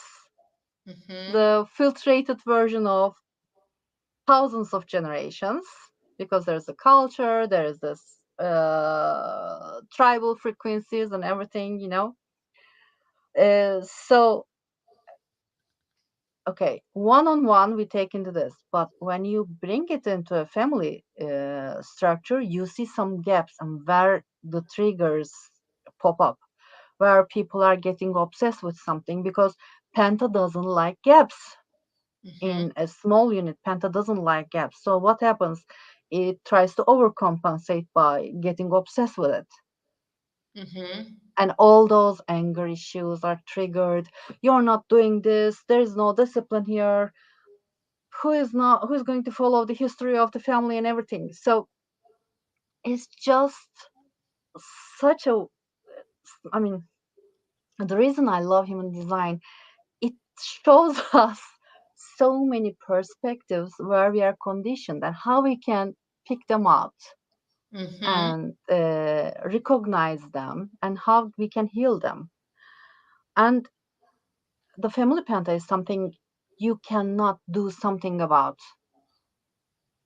You can just become aware that that's what you were That's watching. what this is. I mean, you cannot, like in a company, I mean, in business world, what do? We organize the penta because, okay, this person does not fit here, so let's bring in something else and let's see how things work. Oh, okay, we fit the penta, it's okay, and off you go. And there are some pentas that has fit like a glue and ongoing for many years now that I have worked on. And family is not like this. You No. can give birth to a kid, but there's no, I mean, let's say um, you have 2 kids, okay? And you're expecting a third kid. And you're imagining that maybe there you have 2 gaps or 3 gaps, and you're praying for the gaps to be filled. I'm just writing a scenario here. And the pregnancy resulted in twins. So what happens? You have 2 pentas now at home because you became 6. And Ah, I it see what you're saying. Okay, I see what you're saying. it Yeah. became two pentas. Now the problem maybe multiplied. We don't know. Okay. No. So you cannot band-aid a family penta. You have to be aware, and that's why working with family pentas are different than when we are doing an analysis or child development, etc. In family dynamics, we talk about, we start from what the family sees as the problem. Yeah. Okay. Business, we identify this is the problem, this is the problem, but family is something that's sensitive. It's not about making money on etc. It's just some sort of dynamic that you have been born into. So you cannot just take the knife and cut and reshape. It's not like this. Hmm. You know, this discussion has me thinking about when I was a lawyer, there was, divorces, and you had to make legal plans for the division of the children between the parents and different times, and so, father's going to have child from Tuesday to Friday, and then father's going to drop off the child at the mother's house at this time, and then just so much artificial, like trying to control things. Okay, now this child has to go to a therapist, and this child has to go on to drugs, and all this ugly manipulation of this divine thing of a human. And I'm not a lawyer anymore because of that, and I don't have any of I have only bits of this knowledge. I'm gonna go back to this slide just to remind everyone, you're speaking from so much training, and I have bad training. Okay. But But check it out. when Neither of us have children, right? We're six twos who live alone with dogs. exactly our dogs are, Yeah, and they are. I mean, my 550 dog is enough for me. Okay. So I want to put it out here that we are available as outer authority to people that do have families. And in fact, I want to create a new banner. I'm going to say this. I'm going to create a new, I don't know if you can see this. Let's see if I can. I'm having I fun mean, with banners soon today. probably I'm going to submit my thesis and etc. For the family as well, and cosmology and itself. So there are several other Yeah, waiting to be. okay. So you still have training to go. Okay, but I'm just saying you've got all this information. There's so many potential details, and I love details. By the way, I'm 62 too. I love details, and I love Yeah, hearing all this. But here, I want to get back because my energy's going. yeah, yeah. I mean, I've noticed that it's 1 hour 46 minutes, and I was just waiting when you're just going to go. Yeah, exactly. Okay. I'm good to go. I slept 2 hours last night, but I'm good to go. Okay. And the coffee is buzzing, and now I have to go pee. So I want to take it back to the simplest thing that I can, which is me and you. And we're individuals, and we are here to be ourselves. And whether we are parents or not parents, we can't do anything if we're not taking care of this Ourselves. this one. Hmm. So so many parents think I have to give up for my child. I have to sacrifice, and shit, there's a lot of work. There is a lot of sacrifice. But the message I want to put out, and I'm asking you to follow up with me, maybe say something more intelligent than me, is that your frequency is your frequency, and you can't help your child if your own frequency is not on. And these things like PHS and view and understanding some of our own personal mechanics can help us get into our frequency. Is that a fair way to put it? Yeah, I mean, we can also say that if you don't take care of your own, you cannot take care of anyone else There's because another way you're to put going to drain, you're going to get unhealthy, you're going to cut short of your lifetime on earth one way or another. I mean, it's not about dying early or something. It's just once you drain your energy, your system starts to go down in a it. way. You Hmm. cannot start moving. I mean, I have drained myself a lot in while working in the corporate world. I was a workaholic. I mean, my design makes me a workaholic. Okay.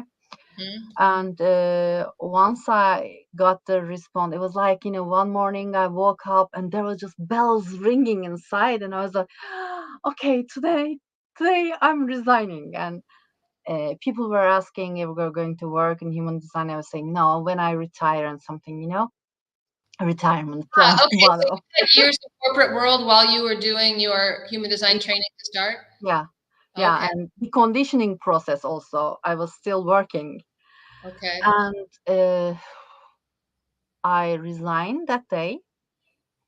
And you know what happened? I couldn't move my fingers. I was just, sitting at the desk. There's this kitchen like 10 steps ahead, and I just couldn't figure out the energy to take this glass to the kitchen. I was so much drained, and I noticed how drained I was when I stopped. Right. Uh-huh. And the thing is, many generators, I mean, many generators, since they don't take the pause, they don't push the pause button to see their energy levels. They don't Uh-huh. know how they're drained they are. They just push on. And at some point, the vehicle just stops responding. Mm-hmm. The Mm-hmm. battery is dead. You Mm-hmm. may not be dead, but the battery is dead. Mm-hmm. And the end result, generators are slaves, other types super slaves. So we are drained. The other types subjected to our drained sacral frequency are worse in stage. And they are still trying to go on because, generators go to sleep, wake up. There is just tiny frequency compared to generators' pure frequency, but it's unhealthy anyway for everyone. And it's, for your kids. And we are doing everything in our power to mess up with their energy as well. For example, we try to push in daycares, for example, the generator childs to sleep. They don't want to sleep. They don't have to sleep. They are ready to go, but we are pushing them to sleep because you have to sleep at noon. I mean, projector child can enjoy it. Reflector child can enjoy it. Even manifestor child, since it's a projector type, will not like to sleep. Right. Well, I don't want to get into details, but I'm curious about the open sacral parent with the generator child. How does that bedtime work? You know, Ra has this thing that he says. got a generator mother there too. You know. Yeah, he says there that what can I do for a generator child? You cannot put a sleeping time, so Hmm. I had to adapt, and that's why it's important to decide to have a child with strategy and authority, so that your system can support you through this process. Because it's not easy to uh, grow a child from 0 to 20, 30, whatever, based on the cultures. Those things change. Okay, for the record, I want to meet the children that and the parents who made children according to strategy and authority. If you really actually Good reproduce luck. Good according luck. to strategy and authority, please come talk to Ayse and I. We want to interview you. Uh, We want to frequency check your child and wonder if, we can try Marianne's kids. They right? are third generation now. Yeah, yeah, there are some. Yeah, Yeah, there are some, yeah, but not so much. no. I'm hoping that Neutrino Cafe, we talked about this. I have this, vision that Neutrino Cafe is going to have a children's corner somehow, an area for the children. And Oh yeah, yeah, we need it. I mean, yeah, whenever I learn all those things, I mean, I've been through many fields of human design, and everything that I have learned convinced me more that this convince knowledge is for the kids. it's for the children. Mm-hmm. Yeah, before they mess up. Mm-hmm. Because the G center undefined child knows from birth who the person is not right for you, has the awareness to say, this place is not right for me. How do they show it? They cry. They cry at the top of their lungs. Are you saying open G babies that are crying about not being in the right place? Might be. Very high possibility. And we had an experiment with it. We had a mental projector child. I asked her mother um, to pay attention. And every time they cried, if it's not because of hunger or poo or something, uh, whenever they moved her to a place where she was comfortable with, she started to smile. Mm-hmm. Mm-hmm. So, but child knows. Yeah. Yeah, this is a fascinating thing. We could have a whole nother discussion. I've been fascinated by what is it that children know and understand.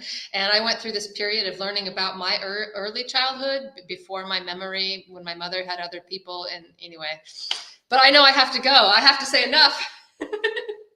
Yeah, Yeah, okay. there's going to be Mm, more discussions like this. I don't know what's I- happening with Neutrino Cafe, but I'm experimenting with interviewing people like you, getting to know you. I know you have lots of details now, and I love the details. And I would like to help them get to the parents that need them. So, yeah, I told you, just cut it when you say enough is enough. I okay. can go, I'm a generator. I know, but like I'm not designed to know that. You know? But I can tell you my bladder is full from the coffee. Okay, That's always a good real sign. My body's saying, go do that, I think. go. Okay, well, Okay, thank you so much for your time today. This will thanks be as well. available. We'll talk later afterwards about whatever. Okay. Okay, Thank you for giving take your care. time. Thank you for giving all of your energy to getting this knowledge into one receptacle. There's going to be other people who will be pulling it from it. Yeah. I Okay. mean, I'm open to share. Oh yeah, You, and I meant to share your email. I guess it shows up. I think it shows up here. Your info. Okay, this is the human design listing. Info at Human Design Systemi, and you're also in. this is for Turkish people. There is the Okay. English version, Yeah, the English version was info at Human Design lifemanual.com. lifemanual.com. Oh, look at that. You're tired too. Okay. Let's No, go. no, it's not that. I just have the same problem. Like, I have to go visit the Okay. coffee is working. Say bye bye. Ciao, ciao.